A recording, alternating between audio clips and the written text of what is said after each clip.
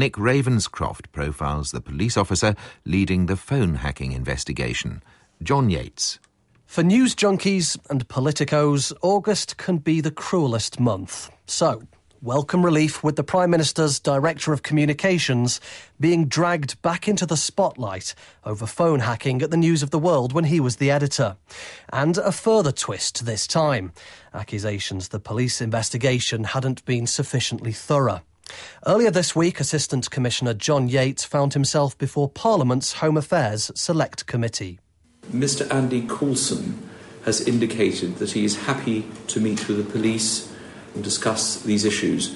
When do you plan to meet with him? We've always said we would consider new material ever since these fresh allegations, if you call them that, emerged last July. In terms of Sean Hall, that is new material. So John Yates agreed to consider new evidence, but he defended his previous investigation. The committee's chairman, Keith Vaz, says he found it hard to grill a flame-proof cop. John Yates is a class act. Questioning him at a select committee is like trying to extract a tooth from a Masai Mara leopard. He knows exactly how to deal with members of Parliament to create the maximum amount of drama around everything he does, while sitting very carefully in the middle of a swirling crisis. And I'm not sure when he leaves the room that members feel that they know anything more than when he originally came in. In fact, they probably know less as a result of his evidence. Listening to you, I can't quite decide whether you think of him with admiration or irritation. It's difficult because normally your average witness, including very senior police officers, would be prepared to come and be very candid. John Yates comes to a select committee. He has, in his view, good and valid reasons why he can't give information, and it is very difficult to extract any information from him. John Yates has become the Met's point man, taking the heat on sensitive cases or when the force has made mistakes. A safe pair of hands, but for a man so much in the spotlight, little is known about Yates of the Yard. The making of him as top management material began in 1998 with the Macpherson inquiry into the murder of Stephen Lawrence, which concluded the Met was institutionally racist. Sir John Stevens, who was Deputy Commissioner at the time, recalls taking John Yates with him to meet protesters who'd gathered at Scotland Yard. Well, I remember one night when we'd had a kind of demonstration outside. There were some quite well-known people outside who were really very angry at what had happened over Stephen Lawrence. I went out with John and spoke to one or two of these people. One was a pretty well-known solicitor, invited her into my office for her to tell us what she thought and where she thought we'd gone wrong. And John, showed his quiet charm. He listened to what was being said, as I did. And all of that actually takes a fair bit out of you, because at the end of the day, you don't like to be criticised, and you certainly don't want an organisation that you are very fond of and you've put your heart into over, in many cases, 20, 30 years being criticised in the way it was. I think that was part and parcel of John Yates's blooding. Mr. Yates was being groomed for higher things, having already risen rapidly through the ranks. He was staff officer to the then Commissioner. Unusually for police top brass, he's only ever worked for one force, the Metropolitan Police, which he joined after university in 1981. Early high-profile successes included the prosecution of Lord Archer for perjury, and that most sensitive of jobs, an internal corruption inquiry, which saw 6 police detectives jailed. The son of 2 doctors, John Yates was born in Liverpool in 1959 and went to boarding school in Wiltshire. He was a compact, fairly well-built guy. Alistair Palmer was in the year below him at the exclusive Marlborough College. He was very good at sports. He was an excellent squash player and a very good rugby player. As a sports person, probably a tougher bloke than a lot of people. I don't think he would himself have been bullied, certainly not, because he would certainly give as good as he got in any conflict that he happened to enter into, which I think would be true today. An old school friend, he still meets John Yates through his work as a senior editor on the Sunday Telegraph. He remembers a boy who displayed a personality trait typical of many teenagers, but perhaps a surprising one, given Yates's eventual choice of career. He had a sort of reputation for being a bit anti-authority. He had courage in standing up to teachers who he didn't like or ordered him to do things he didn't want to do. which it's sort of unusual that somebody should join authoritarian and hierarchical organisation like the police and also rise so high and so quickly as he's done within that, given that reputation. But in a way, given the kind of investigations which he has had to do in dealing with very powerful figures, he has had to be able to pursue those investigations with a determination which would take a degree of personal courage, certainly. And I think he does have that.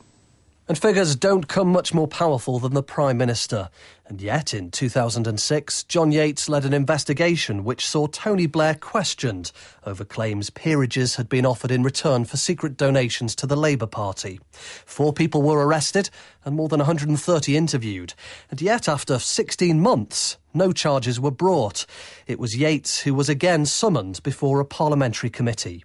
But some judgment had to be made whether there was a basis, for this great Byzantine investigation. And surely it would be obvious from the previous cases and the evidence you were getting that this was going to collapse. Mr. Flynn, throughout this inquiry, I worked from day one very closely with the Crown Prosecution Service and very closely with counsel. We sought their advice throughout.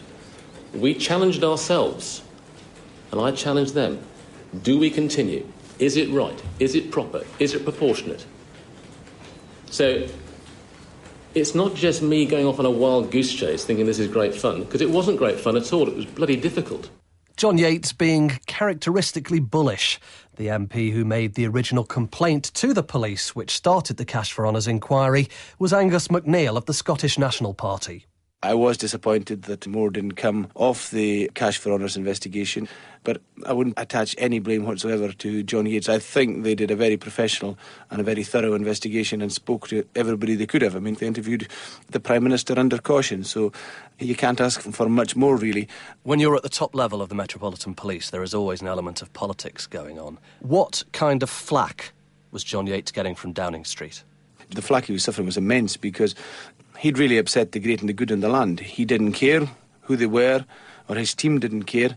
He protected his team as they followed the evidence. And the thing was very impressive that they went for it, and they went for it in a very impressive way, despite the pressure and despite the perhaps reputational damage that they could have feared and perhaps buckled under that fear. They didn't. So, just as he's facing political pressure now, then senior Labour figures suggested Mr Yates's team had leaked damaging allegations but produced no evidence of corruption. Lord Stevens, former Commissioner of the Met and one of Mr Yates's previous bosses, offered this defence. When you're a police officer, you must not be swayed one way or the other by politics or politicians. Believe you me, they'll try and do it. And you've got to go and be led by the evidence. And that's where John Yates has shown his strength as a professional detective. So, strength to resist pressure and a focus on what he's tasked with doing. The one former colleague who admits to having fallen out with Yates thinks he's too ready to take on the toughest assignments. Brian Paddock was a Deputy Assistant Commissioner at the Met around the same time as John Yates. We had this sort of reasonably unfriendly standoff when he took responsibility at one stage for a complaint investigation. I always saw John as a colleague who I respected. I wouldn't say John has weaknesses in terms of his professional ability. I would just question sometimes whether he is too loyal. The unfortunate impression I got was that he would be prepared to do anything for the company, do anything to protect the reputation for the police. For example, John was dispatched off to Brazil when the Met unfortunately shot an innocent Brazilian. That's an example of how he would take on the jobs that other people would shy away from. John Yates, a man who's known for playing by the book, a man who chooses his words carefully and knows the value of saying enough and no more. His old school friend Alistair Palmer of the Sunday Telegraph admits to being frustrated the Assistant Commissioner won't be tempted into the occasional indiscretion. He follows the Met guidance very, very carefully, at least as far as I'm concerned. There may be journalists to whom he steps over the line, but he's certainly never done that with me. I wish he did, but he doesn't. He always sticks to what he's kind of allowed to say. He doesn't give me a sort of briefing of a kind of, so, God, if you tell anybody that I told you this, you'll get me in terrible trouble. He just hasn't done that. He's too smart, I think, really. I guess as every top person in the police force must know that, that there are a lot of careers that have been undone by making mistakes and talking to the press. When you walk through a storm. Outside of work, John Yates is a football fan, supporting the Reds in his hometown of Liverpool. This, the Anfield Anthem, is what he describes as his favourite song. And as family friend Jane Gates explains, he's used another sporting passion to raise money for a charity set up in memory of her son, offering respite holidays to very sick children and their relatives. Well, John is an ardent cyclist and he has attempted 2 legs of the Tour de France. So incredible achievement for somebody who obviously has a very high-pressure job, has lots of other commitments, but also when he says he's going to do something for charity, he really puts his heart and soul into it. Why do you think it's so important to him? I think because he's a man of tremendous integrity and he's a man who has a very strong sense of family and understands that as a family we are committed to realising our son's last wish, and I've always found him extremely good company. His own 2 children are in their teens and 20s while John Yates is separated from his wife. He may be respected by his colleagues, but he's not seen as someone who's stuffy or buttoned up. His old boss, former Commissioner Lord Stevens. He's got a great sense of humour. I mean, one of his nicknames, which actually is Little Legs, and I used to call him openly Little Legs, which is probably a bit of a savage thing to do, but he used to laugh at himself and he used to actually refer to himself as Little Legs. He's got a sense of humour, and when you're dealing with stressful situations, that sense of humour will see you through. So, the high flyer, respected and loyal, but unsurprisingly he has made misjudgments. The collapse of the case against Princess Diana's former butler is, according to Yates himself, one of his career lows. It was alleged Paul Burrell stole items from her estate after she died. The trial was halted when it emerged he'd told the Queen he was keeping some of Diana's possessions. At the Old Bailey, Mr Yates and a senior officer were heavily criticised by Paul Burrell's defence barrister, Lord Carlisle QC. You allowed the Prince of Wales and Prince William of Wales and others at the meeting to be grossly misled about Mr Burrell. That's the reality, isn't it? What's more, the police didn't take statements from senior royals, John Yates told his Old School magazine. In his words, there'd been this bloody great open goal.